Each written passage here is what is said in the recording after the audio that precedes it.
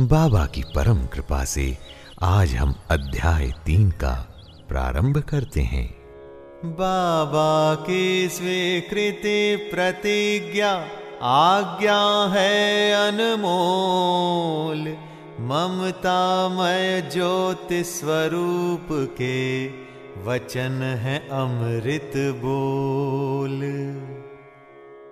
इस अध्याय में श्री साईं बाबा की स्वीकृति, आज्ञा और प्रतिज्ञा, भक्तों को कार्य समर्पण, बाबा की लीलाएं ज्योति स्तंभ स्वरूप, मातृ प्रेम, रोहिला की कथा और उनके मधुर अमृतोपदेश का हम श्रवण करेंगे। श्री साईं बाबा की स्वीकृति और वचन देना। जैसा कि गत अध्याय में वर्णन किया जा चुका है, बाबा ने सच्चरित्र लिखने की अनुमति देते हुए कहा कि सच्चरित्र लेखन के लिए मेरी पूर्ण अनुमति है। तुम अपना मन स्थिर कर मेरे वचनों में श्रद्धा रखो और निर्भय होकर कर्तव्य पालन करते रहो।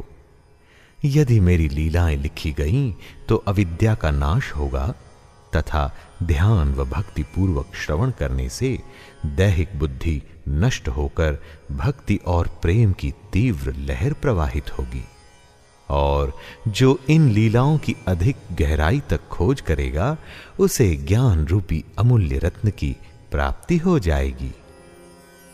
इन वचनों को सुनकर हेमाड़ पंत को अति हर्ष हुआ और वे निर्भय हो गए। उन्हें दृढ़ विश्वास हो गया कि अब कार्य अवश्य ही सफल होगा। बाबा ने श्यामा की ओर दृष्टिपात कर कहा, जो प्रेम पूर्वक मेरा नाम स्मरण करेगा, मैं उसकी समस्त इच्छाएं पूर्ण कर दूंगा।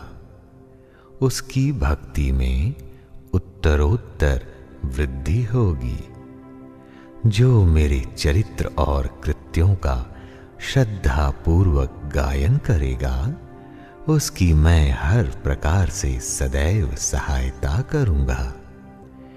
जो भक्तगण हृदय और प्राणों से मुझे चाहते हैं, उन्हें मेरी कथाएं श्रवण कर स्वभावतः प्रसन्नता होगी।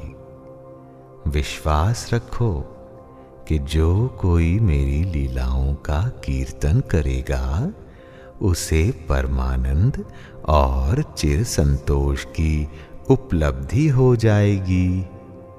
ये मेरा वैशिष्ट्य है कि जो कोई अनन्य भाव से मेरी शरण आता है और जो श्रद्धा पूर्वक मेरा पूजन, निरंतर स्मरण और मेरा ही ध्यान किया करता है, उसको मैं मुक्ति प्रदान कर देता हूं। जो नित्य प्रति मेरा नाम स्मरण और पूजन कर मेरी कथाओं और लीलाओं का प्रेम पूर्वक मनन करते हैं, ऐसे भक्तों में सांसारिक वासनाएं और अज्ञान रूपी प्रवृत्तियां कैसे ठहर सकती हैं। मैं उन्हें मृत्यु के मुख से बचा लेता हूं। मेरी कथाएं श्रवण करने से मुक्ति हो जाएगी। अतः मेरी कथाओं को श्रद्धा पूर्वक सुनो, मनन करो। सुख और संतोष प्राप्ति का सरल मार्ग ही यही है। इससे श्रोताओं के चित्त को शांति प्राप्त होगी, और जब ध्यान प्रगाढ़ और विश्वास दृढ़ हो जाएगा, तब अखंड चैतन्य घन से अभिन्नता प्राप्त हो जाएगी। केवल साईं साईं के उच्चारण मात्र से ही उनके समस्त पाप नष्ट हो जाएंगे। अब देखते हैं कि भिन्न भिन्न कार्यों की भक्तों को प्रेरणा किस तरह बाबा ने दी। भगवान अपने किसी भक्त को मंदिर, मठ, किसी को नदी के तीर पर घाट बनवाने, किसी को तीर्थ पर्यटन करने और किसी को भगवत कीर्तन करने एवं भिन्न भिन्न कार्य करने की प्रेरणा देते हैं, परंतु उन्होंने मुझे साईं सच्चरित्र लेखन की प्रेरणा की। किसी भी विद्या का पूर्ण ज्ञान न होने के कारण मैं इस कार्य के लिए सर्वथा अयोग्य था। अतः मुझे इस दुष्कर कार्य का दुस्साहस क्यों करना चाहिए? श्री साईं महाराज की यथार्थ जीवनी का वर्णन करने की सामर्थ्य किसे है? उनकी कृपा मात्र से ही कार्य संपूर्ण होना संभव है। इसलिए जब मैंने लेखन प्रारंभ किया तो बाबा ने सबसे पहले मेरा अहम नष्ट कर दिया और उन्होंने स्वयं अपना चरित्र रचा। अतः इस चरित्र का श्रेय उन्हीं को है, मुझे नहीं। जन्मतः ब्राह्मण होते हुए भी मैं दिव्य चक्षु विहीन था। अतः साई सच्चरित्र लिखने में सर्वथा अयोग्य था। परंतु श्री हरि कृपा से क्या संभव नहीं है? अरे मूक भी वाचाल हो जाता है और पंगु भी गिरिवर चढ़ जाता है। अपनी इच्छा अनुसार कार्य पूर्ण करने की युक्ति वे ही जाने। हारमोनियम और बंसी को ये आभास कहां कि ध्वनि कैसे प्रसारित हो रही है, इसका ज्ञान तो वादक को ही है। चंद्रकांत मणि की उत्पत्ति और ज्वार भाटे का रहस्य मणि अथवा उदधि नहीं, वरन शशि कलाओं के घटने बढ़ने में ही निहित है। आइए अब हम बाबा का चरित्र जानें, जो कि ज्योति स्तंभ स्वरूप है। समुद्र में अनेक स्थानों पर ज्योति स्तंभ इसलिए बनाए जाते हैं जिससे नाविक चट्टानों और दुर्घटनाओं से बच जाएं और जहाज को कोई हानि न पहुंचे। इस भवसागर में श्री साईं बाबा का चरित्र ठीक उपर्युक्त भांति ही उपयोगी है। वह अमृत से भी अति मधुर और सांसारिक पथ को सुगम बनाने वाला है। जब वह कानों के द्वारा हृदय में प्रवेश करता है तब दैहिक बुद्धि नष्ट हो जाती है और हृदय में एकत्रित करने से समस्त कुशंकाएं लोप हो जाती हैं। अहंकार का विनाश हो जाता है तथा बौद्धिक आवरण लुप्त होकर ज्ञान प्रकट हो जाता है। बाबा के विशुद्ध कीर्ति का वर्णन निष्ठापूर्वक श्रवण करने से भक्तों के पाप नष्ट होंगे। अतः यह मोक्ष प्राप्ति का भी सरल साधन है। सत्य युग में शम तथा दम, त्रेता में त्याग, द्वापर में पूजन और कलयुग में भगवत कीर्तन ही मोक्ष का साधन है। यह अंतिम साधन चारों वर्णों के लोगों को साध्य भी है।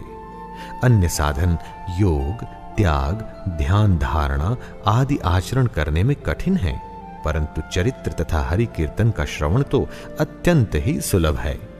केवल उन पर ध्यान देने की ही आवश्यकता है। कथा श्रवण और कीर्तन से इंद्रियों की स्वाभाविक विषयासक्ति नष्ट हो जाती है और भक्त वासना रहित होकर आत्म साक्षात्कार की ओर अग्रसर हो जाता है। इसी फल को प्रदान करने के हेतु उन्होंने सच्चरित्र की रचना कराई। भक्तगण अब सरलता पूर्वक चरित्र का अवलोकन करें और साथ ही उनके मनोहर स्वरूप का ध्यान कर गुरु और भगवत भक्ति के अधिकारी बने तथा निष्काम होकर आत्म साक्षात्कार को प्राप्त हों। साईं सच्चरित्र का सफलता पूर्वक संपूर्ण होना ये साईं महिमा ही समझें। हमें तो केवल एक निमित्त मात्र ही बनाया गया है। आइए अब हम मातृ प्रेम के बारे में जानें। गाय का अपने बछड़े पर प्रेम सर्वविदित ही है। उसके स्तन सदैव दुग्ध से पूर्ण रहते हैं और जब भूखा बछड़ा स्तन की ओर दौड़कर आता है तो दुग्ध की धारा स्वतः प्रवाहित होने लगती है। उसी प्रकार माता भी अपने बच्चे की आवश्यकता का पहले से ही ध्यान रखती है और ठीक समय पर स्तनपान कराती है। वह बालक का श्रृंगार उत्तम ढंग से करती है, परंतु बालक को इसका कोई भान ही नहीं होता। बालक के सुंदर श्रृंगार आदि को देखकर माता के हर्ष का पारावार नहीं रहता। माता का प्रेम विचित्र, असाधारण और निस्वार्थ है, जिसकी कोई उपमा नहीं है। ठीक इसी प्रकार सद्गुरु का प्रेम अपने शिष्य पर होता है। ऐसा ही प्रेम बाबा का मुझ पर था। उदाहरणार्थ वह निम्न प्रकार था। सन 1916 में मैंने नौकरी से अवकाश ग्रहण किया।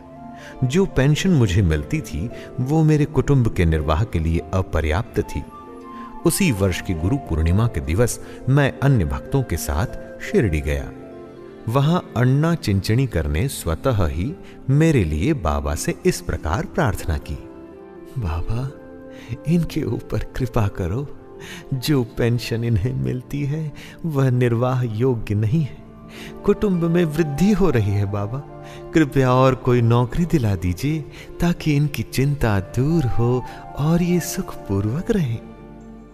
बाबा ने उत्तर दिया, इन्हें नौकरी मिल जाएगी, परंतु अब इन्हें मेरी सेवा में ही आनंद लेना चाहिए, इनकी इच्छाएं सदैव पूर्ण होंगी, इन्हें अपना ध्यान मेरी ओर आकर्षित कर अधार्मिक तथा दुष्ट जनों की संगति से दूर रहना चाहिए, इन्हें सबसे दया और नम्रता का बर्ताव और अंतःकरण से मेरी उपासना करनी चाहिए। यदि ये इस प्रकार आचरण कर सकें तो नित्यानंद के अधिकारी हो जाएंगे। आइए अब मैं आपको रोहिला की कथा सुनाता हूं। ये कथा श्री साईं बाबा के समस्त प्राणियों पर समान प्रेम की सूचक है। एक समय रोहिला जाति का एक मनुष्य शिरडी में आया। वह ऊंचा, पूरा, सुदृढ़ एवं सुगठित शरीर का था। बाबा के प्रेम से मुग्ध होकर वह शिरडी में ही रहने लगा। वह आठों प्रहर अपनी उच्च और कर्कश आवाज में कुरान शरीफ के कलमे पढ़ता और अल्लाहु अकबर के नारे लगाता था। शिरडी के अधिकांश लोग खेतों में दिन भर काम करने के पश्चात जब रात्रि में घर लौटते तो रोहिला की कर्कश पुकारें उनका स्वागत करती थीं। इस कारण उन्हें रात्रि में विश्राम न मिलता था, जिससे वे अधिक कष्ट और असुविधा का अनुभव करने लगे। कई दिनों तक तो वे मौन रहे, परंतु जब कष्ट असहनीय हो गया तब उन्होंने बाबा के समीप जाकर रोहिला को मनाकर इस उत्पात को रोकने की प्रार्थना की। बाबा ने उन लोगों की इस प्रार्थना पर ध्यान न दिया। इसके विपरीत गांव वालों को आड़े हाथों लेते हुए बोले कि वे अपने कार्य पर ही ध्यान दें और रोहिला की ओर ध्यान न दें। बाबा ने उनसे कहा कि रोहिला की पत्नी बुरे स्वभाव की है और वह रोहिला को तथा मुझे अधिक कष्ट पहुंचाती है, परंतु वह उसके कलमों के समक्ष उपस्थित होने का साहस करने में असमर्थ है और इसी कारण वह शांति और सुख में है। अब ये देखें कि यथार्थ में रोहिला की कोई पत्नी न थी, परंतु बाबा का संकेत केवल कुविचारों की ओर था। अन्य विषयों की अपेक्षा बाबा प्रार्थना और ईश आराधना को महत्व देते थे। अतः उन्होंने रोहिला के पक्ष का समर्थन कर ग्रामवासियों को शांतिपूर्वक थोड़े समय तक उत्पात सहन करने का परामर्श दिया। आइए अब हम देखते हैं कि बाबा के मधुर अमृत उपदेश हमें क्या सीख देते हैं। एक दिन दोपहर की आरती के पश्चात भक्तगण अपने घरों को लौट रहे थे। तब बाबा ने निम्नलिखित अति सुंदर उपदेश दिया। तुम चाहे कहीं भी रहो, जो इच्छा हो सो करो, परंतु ये सदैव स्मरण रखो कि जो कुछ तुम करते हो वो सब मुझे ज्ञात है।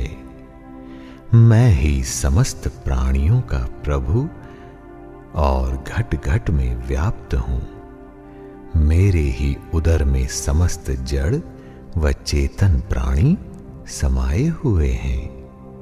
मैं ही समस्त ब्रह्मांड का नियंत्रण करता व संचालक हूं। मैं ही उत्पत्ति, स्थिति व संहार करता हूं। मेरी भक्ति करने वालों को कोई हानि नहीं पहुंचा सकता।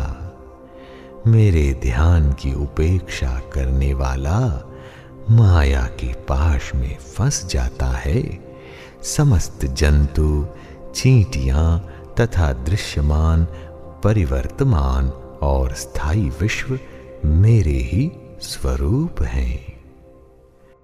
इस सुंदर तथा अमूल्य उपदेश को श्रवण कर मैंने तुरंत ये दृढ़ निश्चय कर लिया कि अब भविष्य में अपने गुरु के अतिरिक्त अन्य किसी मानव की सेवा नहीं करूंगा।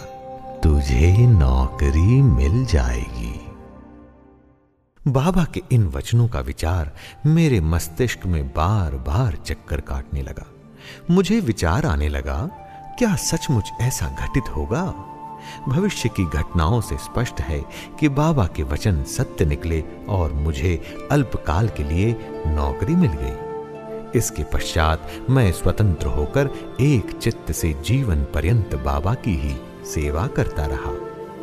इस अध्याय को समाप्त करने से पूर्व मेरी पाठकों से विनम्र प्रार्थना है कि वे समस्त बाधाएं जैसे आलस्य, निद्रा, मन की चंचलता व इंद्रिय आसक्ति दूर कर और एक चित्त हो अपना ध्यान बाबा की लीलाओं की ओर दें और स्वाभाविक प्रेम निर्माण कर भक्ति रहस्य को जानें तथा अन्य साधनाओं में व्यर्थ श्रमित न हो। उन्हें केवल एक ही सुगम उपाय का पालन करना चाहिए और वह है श्री साईं लीलाओं का श्रवण। इससे उनका अज्ञान नष्ट होकर मोक्ष का द्वार खुल जाएगा। जिस प्रकार अनेक स्थानों में भ्रमण करते हुए भी लोभी पुरुष अपने गड़े हुए धन के लिए सतत चिंतित रहता है, उसी प्रकार श्री साईं को अपने हृदय में धारण करो। मुक्ति का ये मार्ग है कितना सरल आसान, साईं लीला का श्रवण, साईं का गुणगान। अगले अध्याय में श्री साईं बाबा के शिरडी आगमन का वर्णन होगा। ओम श्री सद्गुरु साईं नाथार्पणमस्तु। शुभम भवतु। ओम श्री साईं नाथाय नमः। साईं नारायण नारायण हरि हरि। अध्याय 3 संपूर्णम।